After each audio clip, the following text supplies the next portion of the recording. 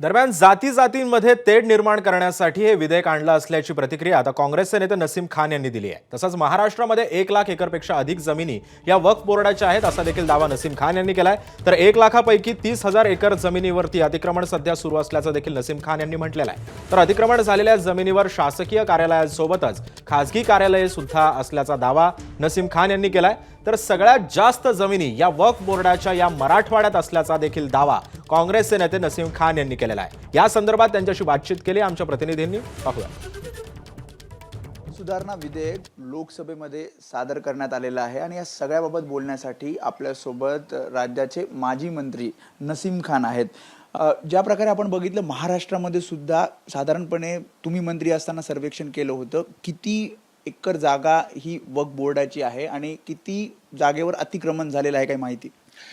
अंदाजे 1 लाख एकरपेक्षा जास्त जागा सर्वेक्षणामध्ये दिसून आली होती आणि 30,000 एकरपेक्षा जास्त जागेवर इन्क्रोचमेंट आहे। त्याच्यामध्ये गव्हर्नमेंटची ऑफिसेस आहेत, कार्यालय आहेत आणि काही खाजगी लोकांनी अनेक ठिकाणी इन्क्रोचमेंट करून ठेवलेला आहे 30,000 एकरवर।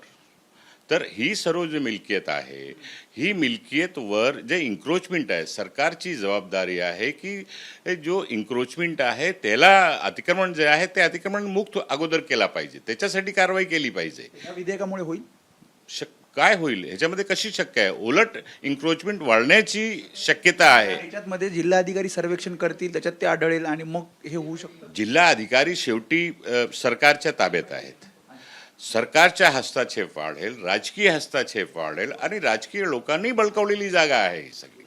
तर राजकीय हस्तक्षेप जेव्हा निर्माण होईल तेव्हा न्याय मिळण्याची शक्यताच नाही आहे ना। किती हजारांमध्ये संपत्ती आहेत, म्हणजे तुम्ही तर 1 लाख म्हणतात, किती संपत्ती अशा डिवाइड झाल्यात?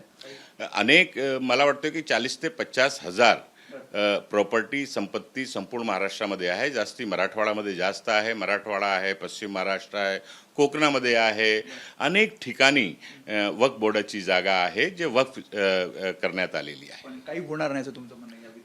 हे विधायक आमच्या सर्वांचं मत हाच आहे की हा विधायक जर इन्क्रोचमेंट मुक्त करण्यासाठी, अतिक्रमण मुक्त करण्यासाठी ह्याच्यामध्ये काही स्पेशल प्रोव्हिजन केला असतं आणि त्या मुक्त करून ती जागाचा उपयोग मुस्लिम समाजाच्या वेलफेअरसाठी करण्याचा निर्णय अमेंडमेंट आणला असता तर बरा झाला असता। त्यामुळे हे होते नसीम खान, त्यांनी सांगितले की कशा प्रकारे आम्ही या वक्फ बोर्ड सुधारणा विधेयकाला विरोध करतोय आणि त्यांनी महाराष्ट्रातली सध्याची वक्फ बोर्डाची जी संपत्ती आहे त्या संदर्भात सुद्धा तपशील सांगितलाय। कॅमेरामॅन सचिन शिंदेसह मी वेदांत नेब, एबीपी माझा, मुंबई। एबीपी माझा, उघडा डोळे बघा नीट।